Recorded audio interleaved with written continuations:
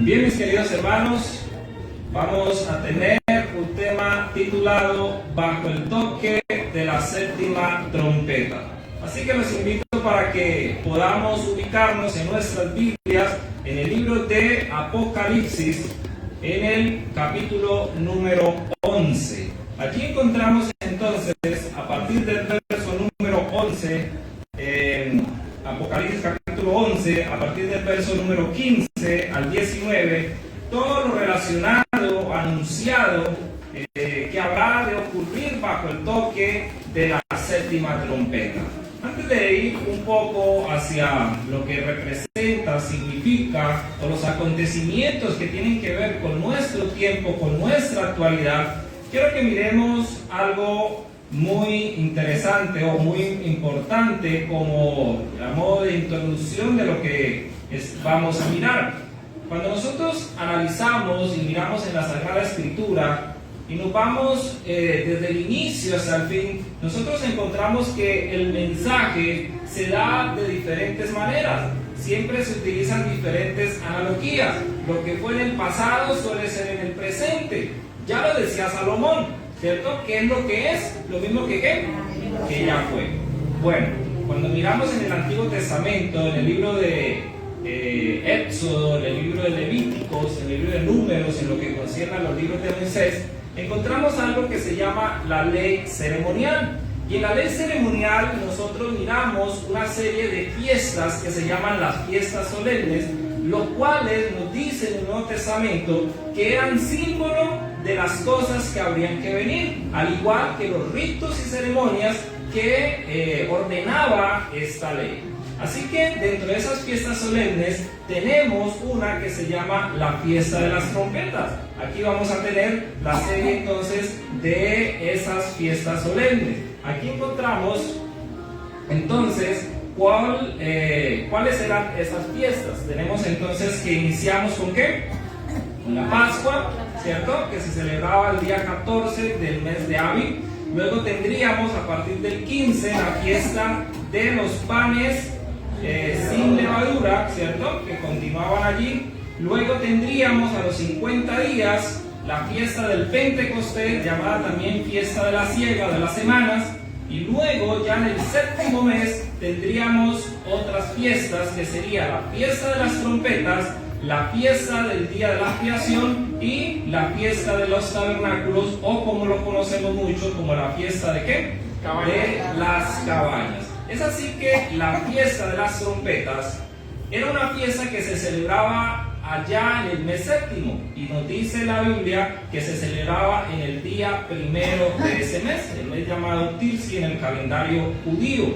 Y durante ese día también se conmemoraba como un día sabático, o sea, como una fiesta conmemorativa. Era uno de los 7 sábados sabáticos de la ley ceremonial. Por eso dice que ese día sería Santa Convocación. ¿Qué ocurría ese día? Ese día entonces había fiesta al son de las trompetas de plata sonaban y había algo especial. ¿Por qué creen ustedes que sonaban las trompetas el primero del mes séptimo? ¿Qué sería después? La fiesta de la expiación. Venía una fiesta muy importante, una fiesta culminante durante todo el calendario religioso. Y algo también que nos cuenta la historia es que durante ese primer día del mes séptimo iniciaba también el año secular, o sea que era año nuevo en ese momento. Pero el objetivo de las trompetas era anunciar que venía un día muy especial. Ese día especial se le conoce como el día de ¿qué? El día de la expiación. También en otras partes de la Biblia se refiere a ese mismo día como el día de la purificación del santuario, como el día del perdón, o en hebreo Yom Kippur, o también se le llama día de juicio.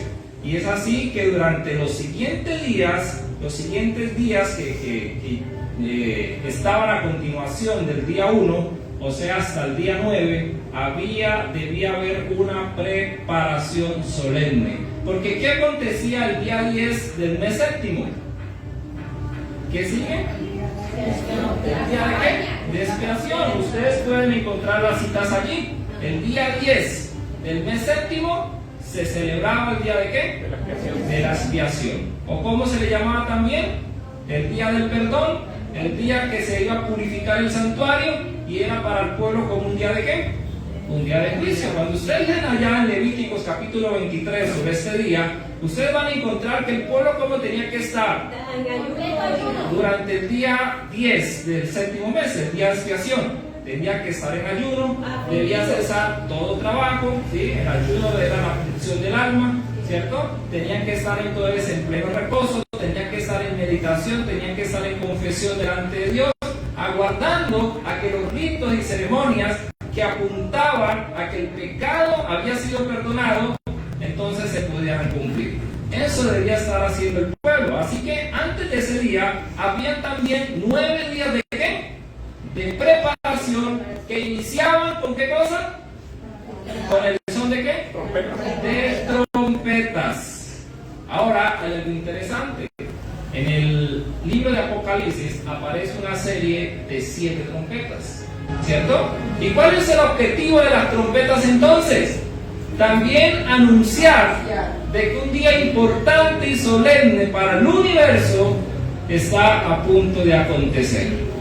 La pregunta que podemos nosotros hacernos es: ¿en cuál toque de la trompeta estamos? Quiero decirles, mis queridos hermanos, que ya todo se ha cumplido y estamos viviendo bajo el toque de la séptima trompeta. Ya todo está cumplido y vivimos bajo el toque de ¿qué? De la séptima trompeta. Muy bien. Así que si estamos bajo el toque de la séptima trompeta, debemos entonces también hacer otra pregunta. ¿Qué acontecimientos se están desarrollando bajo el toque de esa trompeta? ¿Qué está sucediendo? ¿O qué ha sucedido? ¿Qué falta por acontecer? ¿Y cuál es nuestra situación frente a lo que está ocurriendo? ¿Qué sigue después de que termine entonces este suceso? ¿Quieren conocer acerca de ello?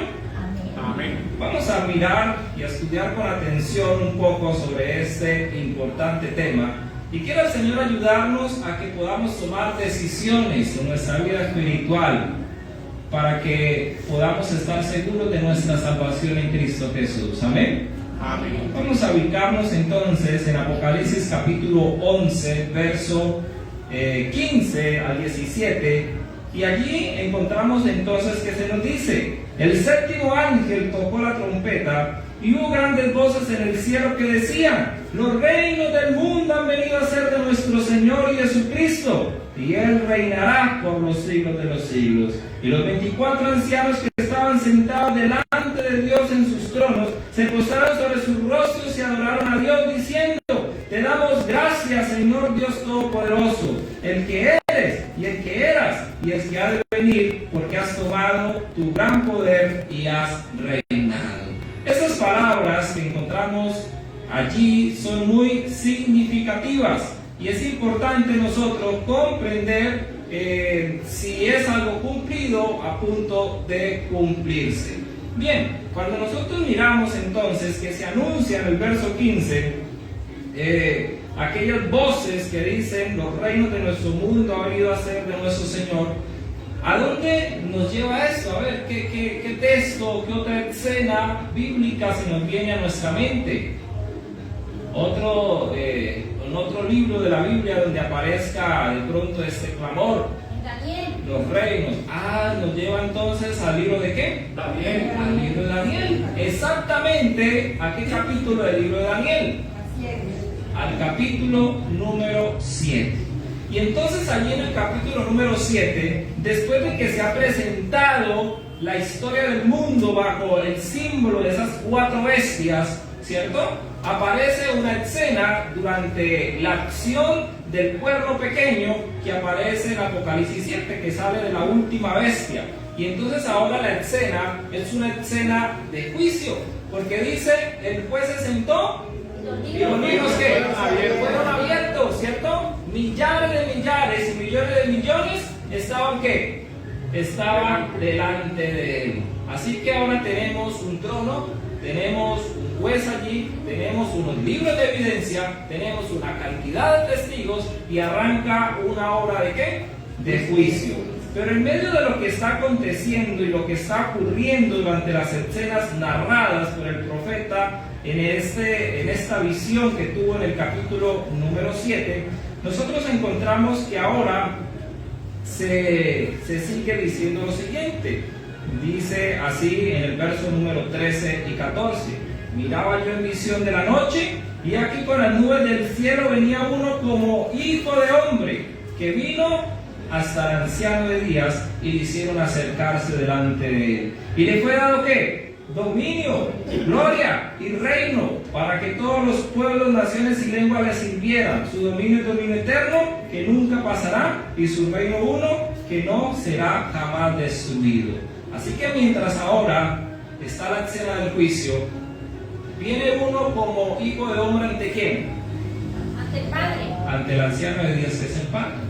¿Y ese como hijo de hombre quién es? Es el Señor Jesucristo. Así se presenta en el Nuevo Testamento. ¿Y cuál es su labor? La labor de interceder. Pero ahora dice, le fue dado dominio, ¿cierto? Gloria y reino, para que todas las naciones y lenguas le sirvieran. Queridos hermanos, hay algo que nosotros debemos de tener en cuenta. Cuando el Señor creó esta tierra, cuando creó el mundo, Él colocó un ser en esta tierra para que fuera el gobernante, para que todo estuviera subyugado bajo su mano. ¿Quién era esa persona? Adán, ¿cierto? Gobierne sobre los peces del mar, sobre las aves del cielo, ¿cierto? Subyugue, gobierne sobre él. Pero ¿qué pasó con Adán? ¿Qué pasó con esa corona del rey que se le había entregado a Adán? La cedió a Satanás. La perdió. El apóstol Pablo dice que el que es vencido pasa a ser servidor ¿de qué?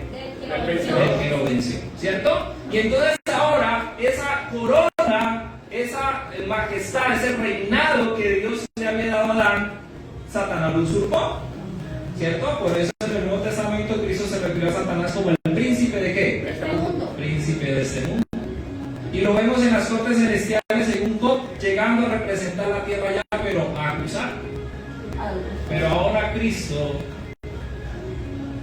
necesita recuperar esa corona. Y en la muerte de nuestro Señor Jesucristo, nosotros miramos que Satanás fue vencido. Apocalipsis 12 dice: alegraos cielos y tierra, porque el acusador de nuestros hermanos ¿a qué? Ha descendido, y hemos alcanzado la victoria por nuestro Cristo. Así que en Cristo tenemos victoria. Y ahora esa transición del reino empieza con el Señor Jesucristo. Comienza una obra en el cielo que nosotros la conocemos como una obra del juicio investigador. Ya la escena de juicio se planteó, Daniel capítulo 7. Ahora comienza esa transición y comienza el Señor a interceder y comienza el Señor a orar a favor de su pueblo, por todos aquellos que un día le recibieron, por todos aquellos que un día caminaron con Él. Y entonces comienza esa transferencia ¿de qué? Del reino.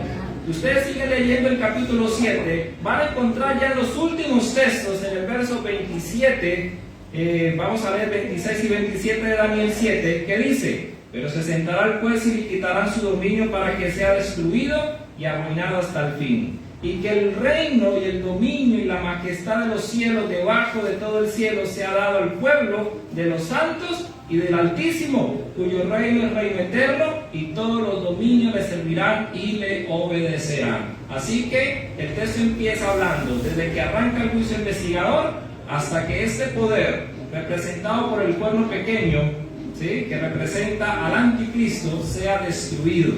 Y entonces ahora se completa la transferencia del reino. Queridos hermanos, esto significa que la séptima trompeta arranca su sonido desde que este evento comienza a suceder. Desde que Daniel capítulo 7 se da cumplimiento. ¿Y cuándo se dio cumplimiento a ello?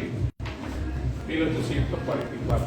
Cuando se cumplieron las profecías de Daniel 8:14. Hasta 2300 tardes y mañanas Luego santuario el sería santuario purificado. será purificado. Daniel capítulo 9 dice que a la salida de la orden para restaurar y edificar Jerusalén, se empezaría a contar el tiempo. Año 457 a.C. Esto nos lleva al año 1844. Queridos hermanos, ¿qué estamos diciendo con esto? Estamos diciendo que estamos viviendo bajo el toque de la última trompeta. Estamos diciendo que estamos viviendo en un tiempo de culminación, en un tiempo final, en un tiempo donde debemos estar muy atentos a los diferentes sucesos que están ocurriendo, en un tiempo donde nosotros debemos estar muy pendientes de nuestra vida, donde debemos nosotros estar muy pendientes de que nuestro carácter se esté edificando a la manera de Cristo y no dejar desviar nuestra atención por cosas simples de este mundo. ¿Cuántas veces perdemos de vista el gran objetivo y nos distraemos? Salen negocios, salen situaciones de esta vida y se nos olvida que el tiempo está corto. ¿Creemos nosotros que Cristo está a las puertas? Amén. Adventista significa que esperamos que el advenimiento. Pero ¿cuántas veces vivimos como si el Señor se fuera a tardar mucho tiempo? Ahora, mis hermanos, otra cosa que nos comprueba que estamos viviendo o que la séptima trompeta se da bajo la escena del juicio es lo que sigue diciendo Apocalipsis. ¿Listo? Vamos a mirar nuevamente Apocalipsis capítulo 11, sí, versículo número 16 y 17. En el 15 encontramos entonces que se habla de la transferencia del reino. Pero ahora miremos qué dice el 16 y 17. Y los 24 ancianos que estaban sentados delante de Dios y sus tronos se postraron sobre sus rostros y adoraron a Dios. Y le dijeron: te damos gracias, Señor Todopoderoso, el que eres, el que eras y que has de venir, porque has tomado tu gran poder y has reinado. Queridos hermanos, ¿qué personajes se mencionan allí? 24 ancianos. ¿Qué tienen que ver los 24 ancianos con la escena de juicio que menciona el verso número 15 de la transferencia del reino? ¿Qué tiene que ver con ello? Vamos a mirar algo muy importante. Volvamos nuevamente al Antiguo Testamento para poder entender entonces los símbolos de estas profecías. En el primer libro de la Crónica de los Reyes, en el capítulo número 24, bueno, eso también lo podemos encontrar en los libros de los Reyes, pero vamos a mirar las Crónicas. Crónicas capítulo 24, primer libro de Crónicas, capítulo 24.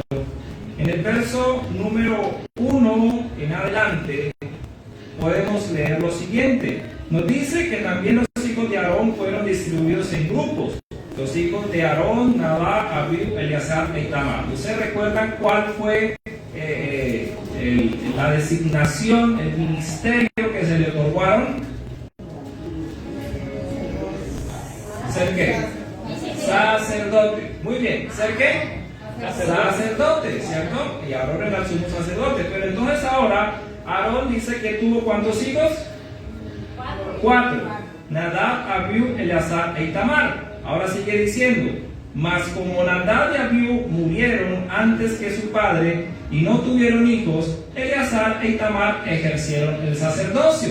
Así que de los 4 hijos que tuvo el sacerdote Aarón, entonces ahora quedaron ¿cuántos? 2 hijos. Ahora viene lo que está ocurriendo durante el tiempo de los reyes, en tiempo de David. Dice: y David con Sadoc de los hijos de Eleazar y Abimelech de los hijos de Itamar los repartió por turnos en el ministerio. Muy interesante. Entonces ahora los hijos, ¿cierto? De los 2 que quedaron van a ser repartidos para que oficien ¿en dónde? En el santuario o en el templo, que es, bueno, en el momento era el santuario, todavía no está el templo, ¿cierto? Y vamos a ver qué pasó. Y de los hijos de Eleazar había más varones principales que de los hijos de Itamar, y los repartieron así. Y de los hijos de Eleazar 16 cabezas de las casas paternas, y de los hijos de Itamar por sus casas paternas 8. Entonces, ¿cuánto es 16 más 8? 24. Ah, así que había 24 ¿qué? Sacerdotes. Sacerdotes. Y ahora, ustedes pueden leer, ahí sigue y dice que los repartieron por suerte. Bueno, ahí dice cómo se fue la distribución, y ustedes van a encontrar desde el verso 7 hasta el verso 19 cómo se repartieron los 24 turnos de esos sacerdotes. ¿No les parece algo muy interesante que el sumo sacerdote tuviera 24 sacerdotes ayudantes en su ministerio? Coincide. ¿Qué ministerio está ejerciendo Cristo en las cortes celestiales? Sacerdote. Somos sacerdotes. Como sumo sacerdote, ¿cierto? Que hoy se encuentra en el lugar santísimo intercediendo por nosotros, porque recuerde que se está llevando esa obra de purificación del santuario, esa obra de transferencia del reino, y todos sus súbditos, todos aquellos que le acepten, se está escribiendo y reteniendo su nombre. ¿En dónde? En el libro de la vida. Y ahora no está solo, sino que hay allí 24 seres que están allí colaborando y ayudando en esa obra de juicio. Ahora, la pregunta es lo siguiente: ¿qué hizo Cristo para que ahora nosotros, o para poder dar un veredicto justo en el caso nuestro? ¿Qué hizo? Dice que vino y tomó nuestra humanidad, ¿sí? Para que a lo que Dios se refiere pudiera ser justo y misericordioso. ¿Saben por qué? Porque comprende cuáles son nuestras luchas. Amén. Porque Él vivió como nosotros y venció. Hoy muchos colocan en tela de duda de que el Señor ha tenido una naturaleza como la nuestra y lo presentan distinto. Pero el Señor Jesucristo tomó nuestra naturaleza humana y venció. No cometió pecado siquiera en el pensamiento, pero comprende cuáles son las luchas del alma. Ahora, esos 24 ancianos, algunos dicen que son ángeles, otros que son otros seres que nunca han caído. ¿Pueden los seres que nunca han caído dictar juicio sobre aquellos que tienen esas luchas?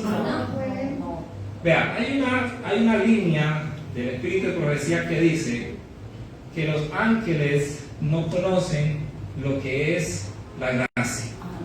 ¿Saben por qué? Porque ellos no han pecado. Porque nunca la han necesitado. Es así que deben ser personas que conozcan las luchas, que conozcan de qué significa batallar contra el mal, y que hayan salido vencedores. La palabra nos dice lo siguiente y narra lo siguiente de estos hombres. Vamos a mirar otra cita de Apocalipsis. Apocalipsis capítulo 5, verso 8 al 10. Apocalipsis capítulo 5, aquí estamos hablando de la adoración en el trono de Dios, que empieza en el capítulo 4, y ahora en el capítulo 5, en el verso 8 al 10 dice: y cuando hubo tomado el libro, los 4 seres vivientes y los 24 ancianos se postraron delante del Cordero. Todos tenían arpas y copas de oro llenas de incienso, que son las oraciones de los santos, y cantaban un cántico diciendo: digno eres de tomar el libro y de abrir sus sellos, porque tú fuiste inmolado, y con tu sangre nos has redimido para Dios, de todo linaje y lengua y pueblo y nación, y nos has hecho para nuestro Dios reyes y ¿qué? Sacerdotes, y reinaremos sobre la tierra. Así que aquí confirma que son ¿qué? Sacerdotes, y dice que han sido redimidos entre la tierra. ¿Que han sido qué cosa? Redimidos. Algunos se confunden porque aquí menciona los 4 seres vivientes, pero los 4 seres vivientes, como seres angelicales, se unen a las alabanzas que surgen de los seres que han sido redimidos. Los ángeles se unen a nuestras alabanzas. ¿Cuántos lo creen así? ¿Cuántos creen que cuando nosotros cantamos y hablamos a Dios, los ángeles se unen a los coros? Si cantamos de la forma correcta. Amén. Se unen. Es así que ahora estas personas dicen que han sido redimidas y han sido hechos sacerdotes, y dice que son de toda nación, tribu y lengua. ¿En qué momento esas personas han sido levantadas? En el libro de los Efesios, capítulo 4, carta a los Efesios, capítulo 4, verso 18. El apóstol Pablo entonces está escribiendo acerca de nuestro Señor Jesucristo y toma una cita, un texto del Antiguo Testamento, del libro de los Salmos, Efesios capítulo 4, verso 8. Y dice, por lo cual dice, subiendo a lo alto, llevó cautivo a la cautividad y dio dones a los hombres. Este texto es traducido también de diferentes maneras y una traducción menciona lo siguiente, una traducción un poco más fidedigna a lo que dice el texto, y dice, subiendo a lo alto, llevó cautiva la cautividad y dio dones a los hombres, dice otra versión, por lo cual se dice, subiendo a lo alto, llevó multitud de cautivos y dio dones a los hombres. Subiendo a lo alto, eso fue cuando, en su ascensión, ¿cierto? Después de los 40 días que duró aquí en la tierra, nuestro Señor Jesucristo llevó esas personas y las presenta como primicias delante del Padre Celestial. Amén. Amén. Queridos hermanos, la Escritura nos dice en Mateo capítulo 27, versos 50 al 53, que cuando Cristo murió ocurrieron varios sucesos. ¿Qué sucesos ocurrieron en el momento en que Cristo dijo consumado es? ¿Qué dijo? ¿Qué ocurrió? Dice que un templo, Hubo un terremoto, ¿cierto? el menos se rasgó. Vamos a mirarlo. Mateo capítulo 27, versos 50 al 53 nos dice, mas Jesús, habiendo otra vez clamado a gran voz, entregó el Espíritu. Y he aquí el velo del templo se rasgó en dos de arriba abajo, y la tierra tembló y las rocas se partieron, y se abrieron los sepulcros, y muchos cuerpos de santos que habían dormido, ¿qué pasó? Se levantaron, y saliendo de los sepulcros después de la resurrección de él, vinieron a la santa ciudad y aparecieron a muchos. ¿Por qué se levantaron? Porque fue las primicias de lo que Cristo logró por el sacrificio en la cruz del Calvario. Y ahora esas personas son levantadas para cumplir un propósito especial en las cortes celestiales. No se fueron de vacaciones, están cumpliendo un papel importante a favor de cada uno de nosotros. Son reyes y sacerdotes. Y queridos hermanos, esta escena de juicio empezó ¿en qué año? 1844. Estamos viviendo bajo el toque de la séptima trompeta. Pronto culminará y se dirán entonces las últimas palabras que se mencionan allí en ese texto. Todos los reinos ahora serán ¿de quién? Serán de nuestro Señor Jesucristo, ¿cierto? Pero vamos a ver qué continúa diciendo. El texto nos sigue diciendo en el verso número 18. Apocalipsis 11:18. Y se airaron las naciones, y tu ira ha venido y el tiempo de juzgar a los muertos y de dar el galardón a tus siervos los profetas, a los santos y a los que temen tu nombre, y a los pequeños y a los grandes, y de destruir a los que destruyen la tierra. Diferentes sucesos apocalípticos se anuncian bajo el toque de la séptima trompeta. Lo primero que dice es, y se airaron ¿qué? Las naciones. El Señor Jesucristo, estando allá sobre el monte observando a Jerusalén, y cuando se le preguntó y se le dijo, mira ese templo tan hermoso, anunció diversas profecías, ¿cierto? Y una de esas profecías que encontramos allí mismo, Mateo 24:6, donde dijo, y habrán guerras Y rumores de guerra. y rumores de guerras. Pero alertados, aún no es que el fin. Muchos dirán, han habido guerras toda la vida. Pero muchas personas se asombraron durante el siglo XX con las masacres, ¿cierto?, de la Primera, Segunda Guerra Mundial. Estamos en el siglo XXI y las guerras siguen por doquier. Al inicio de una guerra se anuncia por todo el mundo y hay como, uy, ¿qué está pasando en tal parte? Hoy ya casi muchos ni mencionan allá el conflicto de Ucrania, pero no es el único conflicto.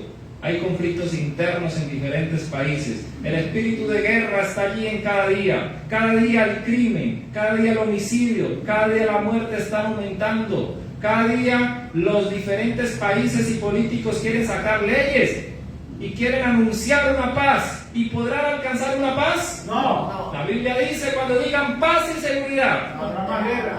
habrá destrucción repentina. Muchos se preguntan, ¿qué es lo que está ocurriendo? Hermanos, estamos viviendo en el último tiempo. Hoy puede ser nuestro último día. Hoy puede ser nuestra última oportunidad. No hay más oportunidades. Cristo se avecina. Pero no solamente guerras de nación contra nación. Vemos guerras, conflictos al interior de los hogares, de las familias. El apóstol Pablo, escribiéndole a Timoteo, le dice en 2 Timoteo capítulo 3, verso 1 al 5. También debes saber esto, que en los postreros días vendrán tiempos peligrosos, porque habrán hombres amadores de sí mismos, ávaros, vanagloriosos, soberbios, blasfemos, desobedientes a los padres, ingratos, impíos, sin afecto natural, implacables, calumniadores, intemperantes, crueles, aborrecedores de lo bueno, traidores, impetuosos, infatuados, amadores de los deleites más que de Dios. Tendrán apariencia de piedad, pero negarán la eficacia de ella. ¿Dónde se extienden los conflictos? ¿Será solo entre nación y nación? En los hogares, en las familias, aún entre aquellos que tienen apariencia de ¿qué? De piedad. Muchas veces nos preocupamos qué sucederá, qué acontecerá, qué leyes se aprobarán en el Congreso, qué leyes se dictarán a nivel internacional. Pero ¿saben una cosa, hermanos? Todo esto nos dice que ya estamos en el tiempo de ¿qué? Del fin. Del fin. Pronto veremos lo que sigue anunciando allí el texto de Apocalipsis 11:18. Y dice, sigue diciendo, y tu ira ha venido. 11:18. Y se llegaron las naciones y tu ira ha venido. Apocalipsis capítulo 16 menciona cuál va a ser el resultado de la ira de Dios sobre este mundo. Y no lo voy a leer porque es largo el capítulo y hay muchas cosas allí importantes que explicar.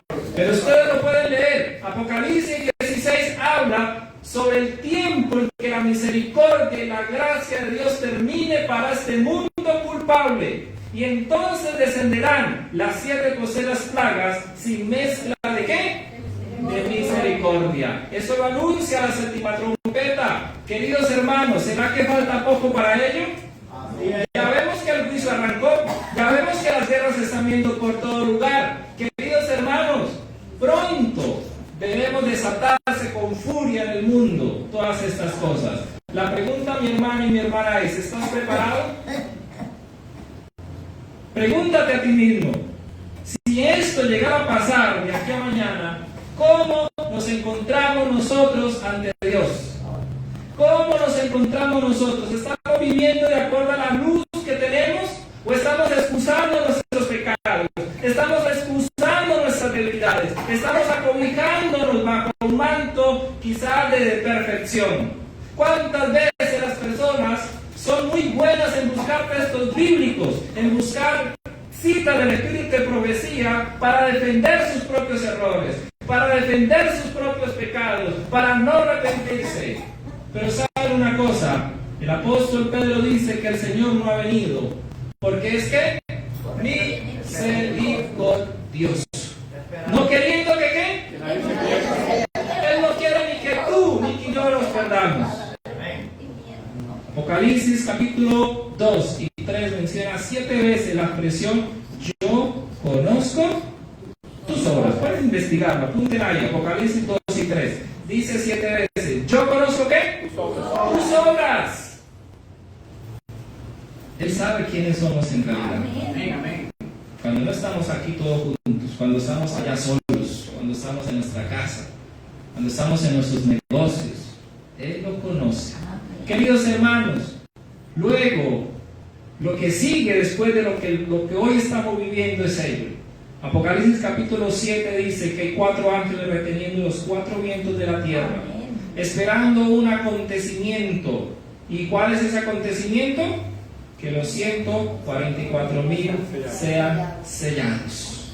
El himno que cantamos, ¿recuerdan cuál fue? 191, cuando junte Jesús las naciones, en una de las estrofas mencionaba el sellamiento. ¿Sí lo miraron? 191 dice la estrofa 3: mirará complacido a sus hijos, su sello en su frente estará. Verá. Muy bien. Y estará y lo verá el Señor. Queridos hermanos, el sellamiento se está dando. Y cuando se selle el último de los 144,000, los 4 vientos serán sueltos. Las plagas de Dios caerán. Dice allí: tu ira ha venido. La ira de Dios se manifestará sobre este mundo. Y habrá turbulencia como nunca la ha habido en el mundo.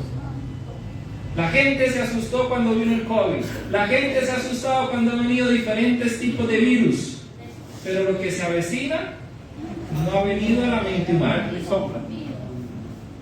Y el pueblo de Dios que se halla en la tierra, el Señor estará con él y estará seguro. Amén. Amén. ¿Qué viene después de que desciendan las plagas? Sigue diciendo el texto: y el tiempo de juzgar a los muertos y de dar galardón a tus siervos los profetas y santos, y a los que temen su nombre, a los pequeños, a los grandes, y destruir a los que destruyen la tierra. Así que después de que caigan las plagas, después de que venga el tiempo final, dice que habrá un tiempo entonces ahora ¿de qué?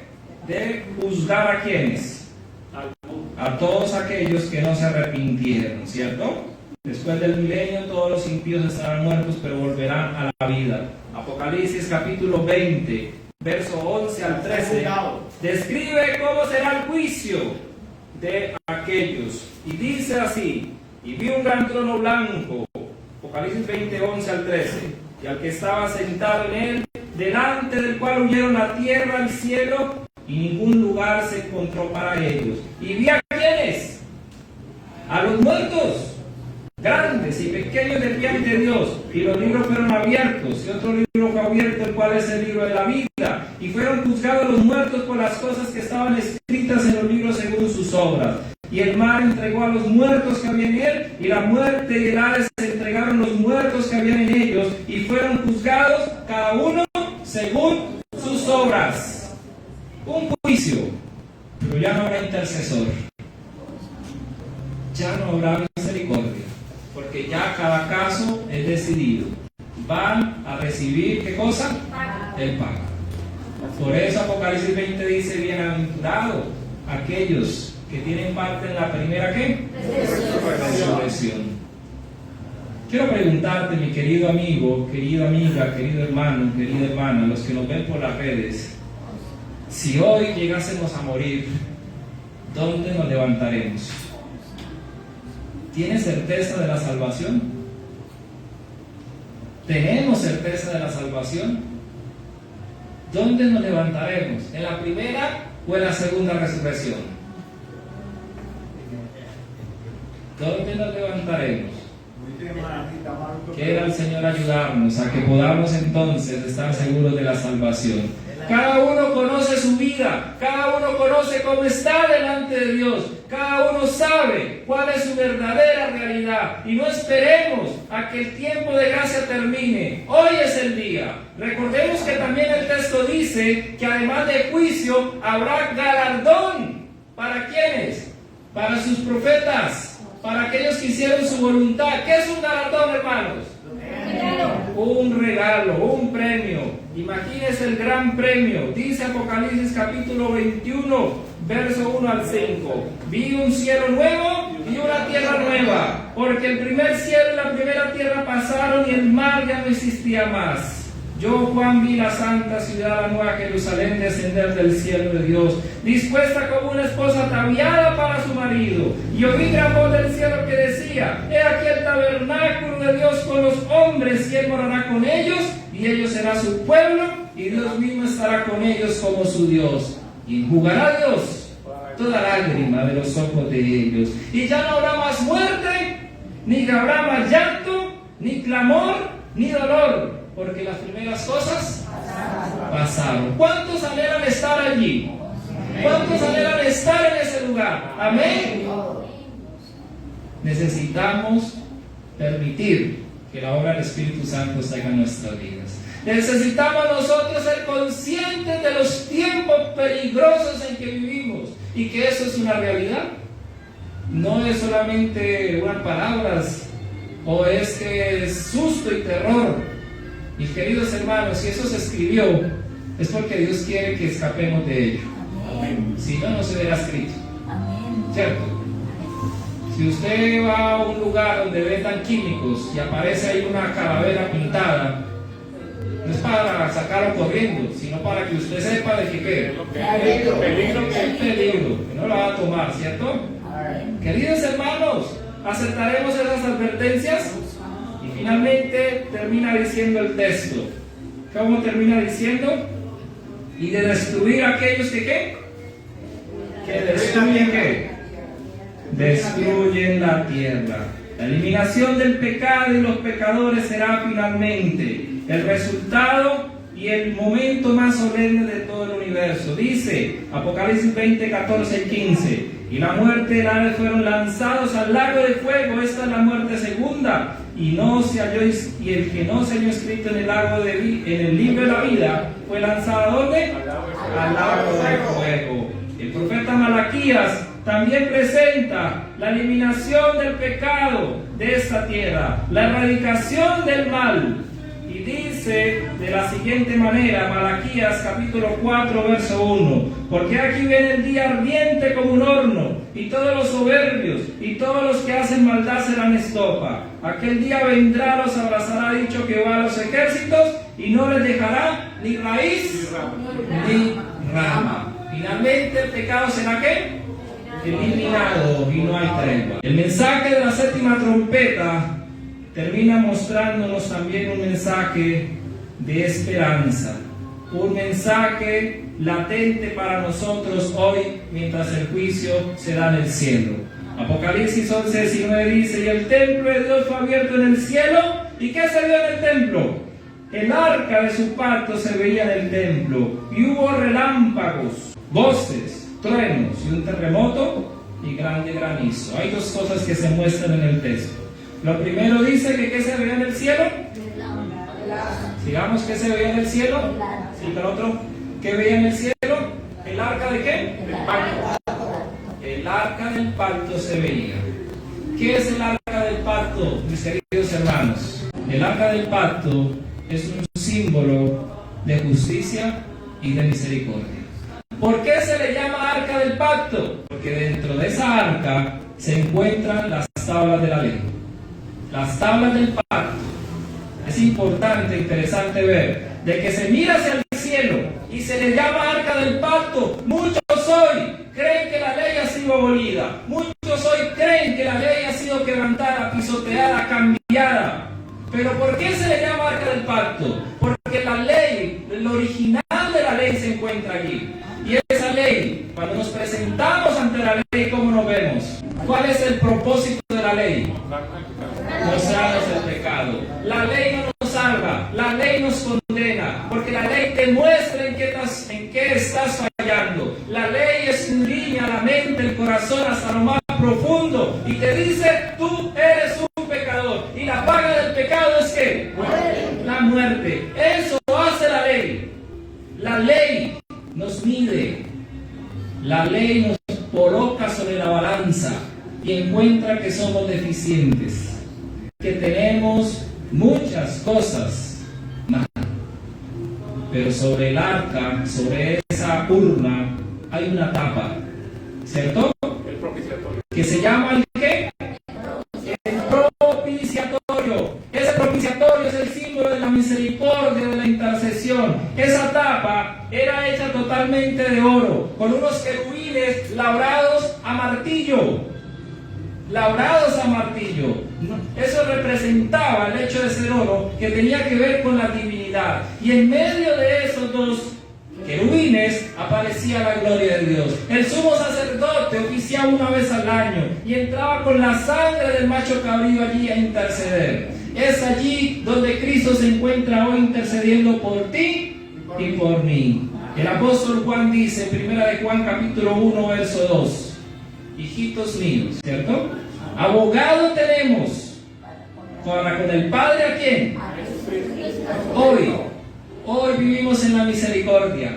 Hoy vivimos en la gracia, hoy vivimos en el tiempo de la oportunidad. Hoy podemos acudir a Cristo con nuestra carga de pecado. No importa lo que hayamos hecho, vayamos a Él y Él tiene el perdón para cada uno de nosotros. Él puede libertarnos de las cadenas del mal. Él puede darte paz y tranquilidad. ¿Cuántas personas en este mundo están sufriendo de depresión porque quizás sus mismos chascos, sus mismos remordimientos los llevan a esa situación? ¿Y en qué termina un estado de depresión? En suicidio. ¿Cuántas personas están sobre ello?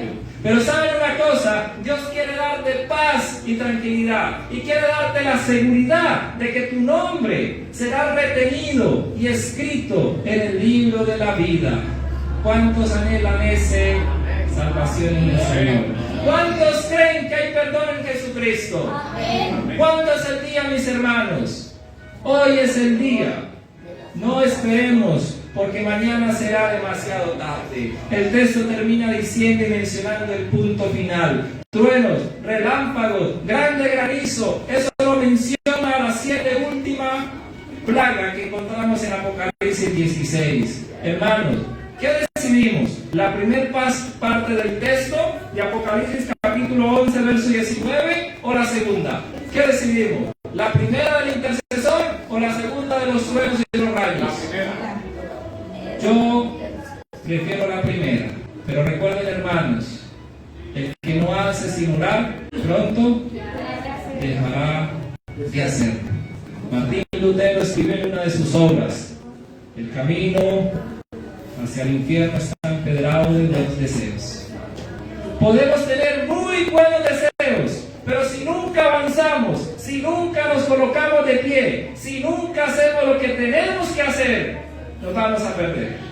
Podemos tener las mejores intenciones, pero si no avanzamos, ¿nos vamos a qué? Nos vamos a perder. Mis queridos hermanos, vivimos bajo el toque de la 7ª trompeta. Ya todo se ha cumplido. Pronto los últimos eventos se van a cumplir. ¿Estamos viviendo a la altura de la luz que hemos recibido? ¿Cómo se decidirá nuestro caso? La invitación es a que acudamos hoy al que todo lo puede y hagamos votos de consagración. Mis hermanos, ¿somos conscientes del tiempo en que vivimos? ¿Estamos preparados para el día del Señor? ¿Quiénes deciden hoy hacer una entrega total al Señor? ¿Amén? ¿Quiénes dicen: Señor, tómame? Señor, quiero entregarme a ti por completo. Señor, quiero tener en mi vida la dicha del perdón, el gozo de la salvación. Por favor, Señor, ayúdame a vencer. Reconozco que hay maldad y pecado en mi vida, que tengo muchas manchas de pecado, pero sé que con tu ayuda puedo ser más que vencedor. El Señor nos invita a que nosotros podamos vivir en la realidad, que podamos vivir como verdaderamente esperando su segunda venida. Que el Señor nos ayude y que nuestros nombres sean retenidos en el libro de la vida. Es mi deseo en Cristo Jesús. Amén.